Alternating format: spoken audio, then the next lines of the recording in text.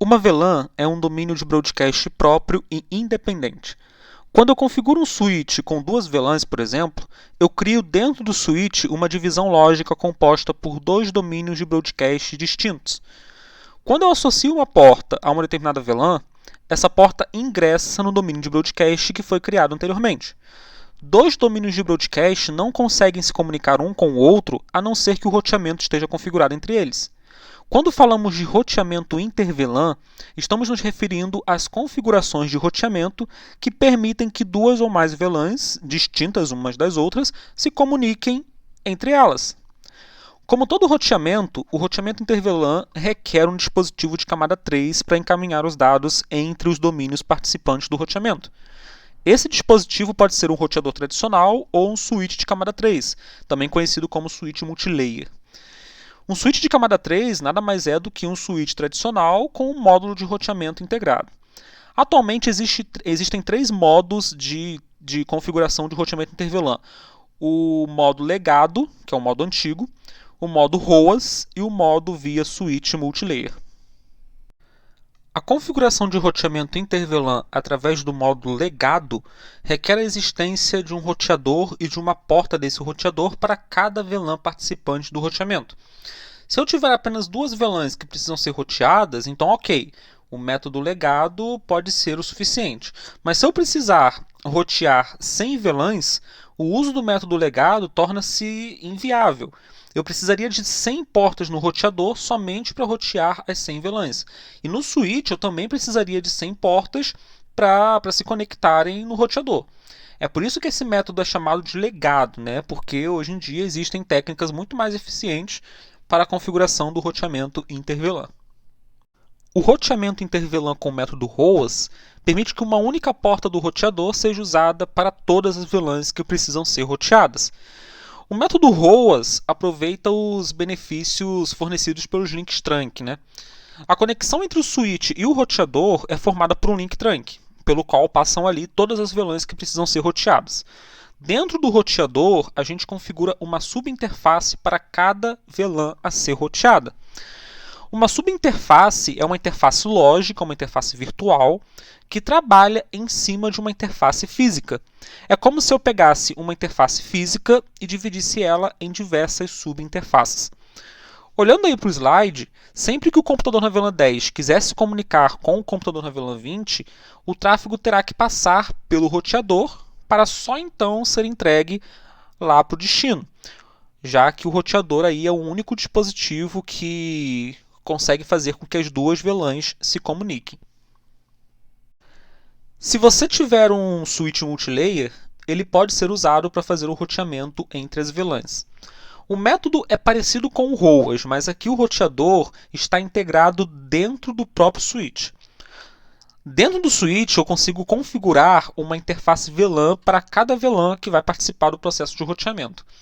Assim como as subinterfaces do roteador, essas interfaces VLAN também são interfaces virtuais, muito embora aqui elas não estejam associadas a nenhuma interface física. Em um switch multilayer, a gente pode encontrar três tipos de interfaces.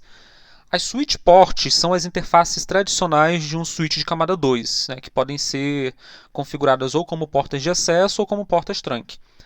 As portas roteadas são interfaces semelhantes às portas de um roteador. Nelas a gente pode configurar um endereço IP, criar subinterfaces, prover roteamento, por aí vai. O comando noSwitchPort transforma uma switch port em uma porta roteada. O comando switchPort ele faz o inverso, transforma uma porta roteada em uma switch port. E por fim, as SVIs são as interfaces VLANs virtuais que a gente usa para prover o roteamento inter-VLAN no switch multilayer. No slide a gente tem os comandos que podemos utilizar para fazer a configuração de roteamento inter-VLAN através do método ROAS, né? Perceba que a única coisa que fazemos na interface física é habilitá-la com o comando noShutdown. Todas as demais configurações são feitas nas subinterfaces, né? Para cada VLAN participante do roteamento, eu tenho uma subinterface criada, né? O endereço IP que está configurado aí dentro da subinterface vai servir como o default gateway dessa VLAN. Observe que a criação da subinterface é feita com o comando interface, o nome da interface, ponto e um subif ID, um subinterface ID. Esse subinterface ID aqui pode ser qualquer número que você quiser. Só que a gente acaba convencionando de colocar esse ID aqui da subinterface como o identificador da VLAN. Então, por exemplo, se eu estou configurando essa subinterface para fazer o roteamento da VLAN 10, então vou colocar o comando interface ethernet 0/0, por exemplo, ponto 10. Ok? Mas não necessariamente precisa ser o número 10, pode ser qualquer outro número. Eu só coloco ali para padronizar, para ser convencional.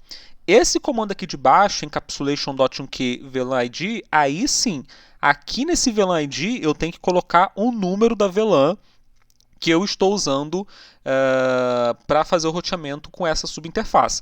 Então, se essa subinterface aqui está sendo usada para fazer o roteamento na VLAN 10, para a VLAN 10, então eu tenho que colocar o comando encapsulation.1q 10, obrigatoriamente. Se eu colocar um outro número aqui, não vai ser feito o roteamento da VLAN 10.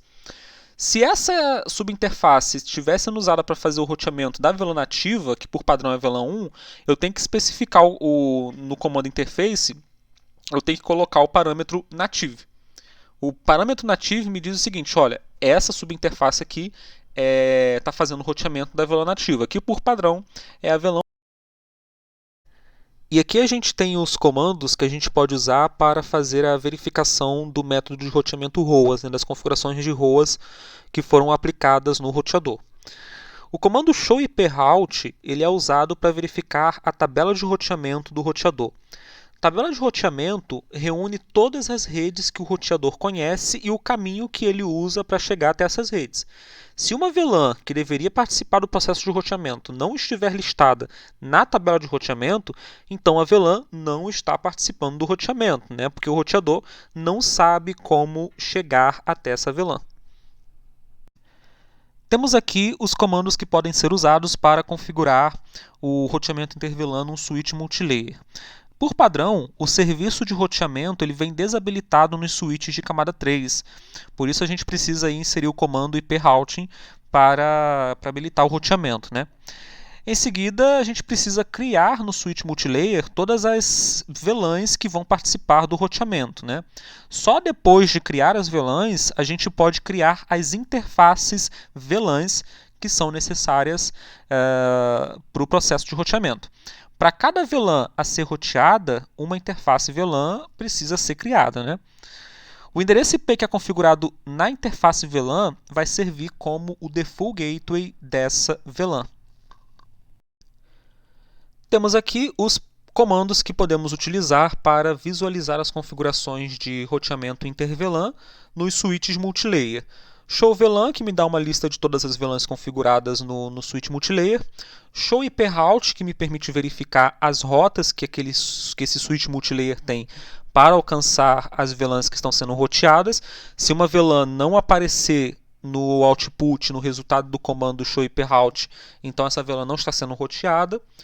ShowIP Interface Brief, que me dá uma visão rápida e resumida de todas as interfaces, da configuração de IP, por exemplo, de todas as interfaces, do status de todas as interfaces. Eu consigo obter isso através do comando ShowIP Interface Brief. E ShowRunningConfig, que me dá os comandos que foram usados para configurar o roteamento inter-VLAN nesse switch